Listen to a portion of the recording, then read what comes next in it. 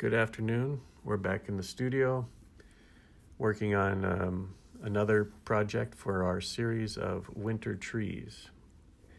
And we're going to be painting shadows across the snow based on this image. You can see the light is low and casting long shadows across the snow. There's snow in the boughs of trees. There's grasses growing up through the snow casting their own shadows. So this is going to be our image source today, and I did an initial rendering, I hope you do too, of the scene in one color. Black is the color that I used, and I tried to simplify the scene into 3 values plus white, white being the sun coming through the sky and falling across the path. In the color painting, we're going to be using 4 colors: yellow ochre, a little bit of cad red, some cobalt blue, and neutral tint. We do use the white of the paper through the painting also. You can see I'm starting the wash in the sky, starting it with a yellow ochre, a little bit of that cad red, and now adding blue to the sky, which is still wet. The paper is at an angle, so this blue is drifting down and not going to completely cover the yellow or the red that we've painted. I'm leaving some of that intentionally so that we feel an intensity to the light. I want the blue to be a little darker up on top so that we get a feeling of depth in the sky. I'm using the same yellow ochre now to paint across the snow and identify that path of light. You can see the whites that I've left are sort of a marker for me to show me the whites, at least the approximate location of the whites that I want to leave across the snow. And this is drying just a little bit. I'm letting it dry so that I get sort of a variety of hard and soft edges. Some parts are wet, some parts are dry, so the timing of this blue wash is important. And you'll notice as I add more pigment, I leave little gaps, little spaces, some of them in line with the yellow portion of the painting, some are not. That's a guide that I improvise on, that those white pieces that were left with the yellow. And as I add the blue, I'm adding a little thicker blue towards the bottom. I'm using a little bit of cad red along with the blue. I'm trying to evoke some soft edges here and there and also get some hard edges along the path of light.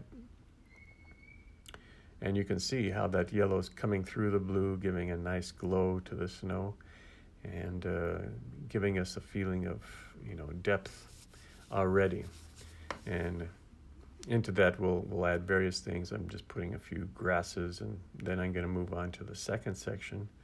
Second section is basically I'm using this same blue that we used just now, and I'm going to be painting the shapes of the distant pine trees. I start with what I consider sort of the major tree, the one that tends to be more visible and sort of more obvious. And in that tree, I try to make it really clear that it's a pine tree. I try to use strokes and shapes that identify it as a pine tree. It's a little more separated, so I can do that.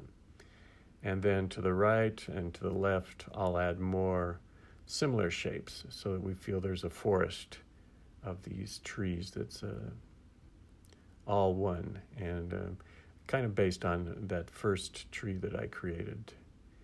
I pay attention on the tops of the trees in particular. They're what's going to be most visible, and in those tops we can express the character of these trees.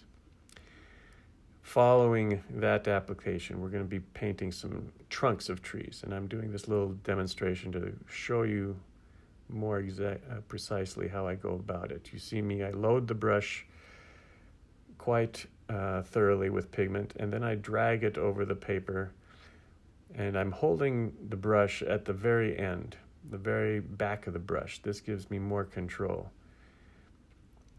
Making strokes, slightly different angles. I just switched the brush to a smaller version of the same mop brush so that I could get a slimmer tree. And in some cases, I'm using a lot of dry paper. In other words, getting a lot of broken edges. Other places, a little smoother edge. This sort of variety in edge helps to integrate the tree with the atmosphere in a more positive way. So now we're going to apply that to our painting. I should note that in that exercise, I was using rough paper. This helps a lot to get those broken edges. If you're using cold press, you can get rough edges. Hot press paper, it's rather difficult. So I almost always use either cold press or rough paper.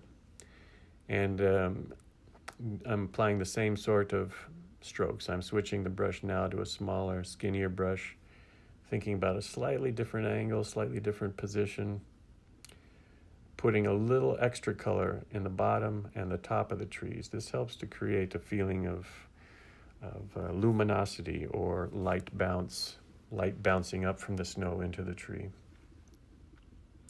even though they're silhouettes. A smaller brush, yet again, adding a little darker color to the top and to the bottom, and extending that stroke outward to create the branches that we see, those broken branches that are typical of the tall pine trees.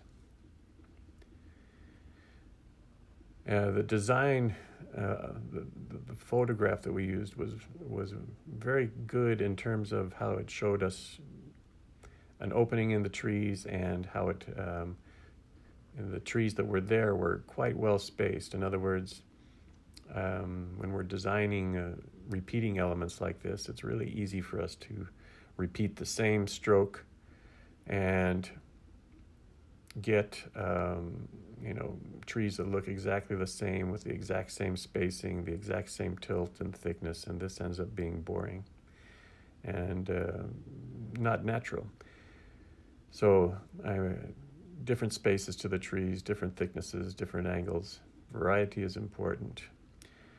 What you see me doing now is I'm taking that same blue and I'm working into the pine trees, the background pine trees, which have dried, and creating a pattern of darks that emulates the feeling of snow on the boughs of the pine tree.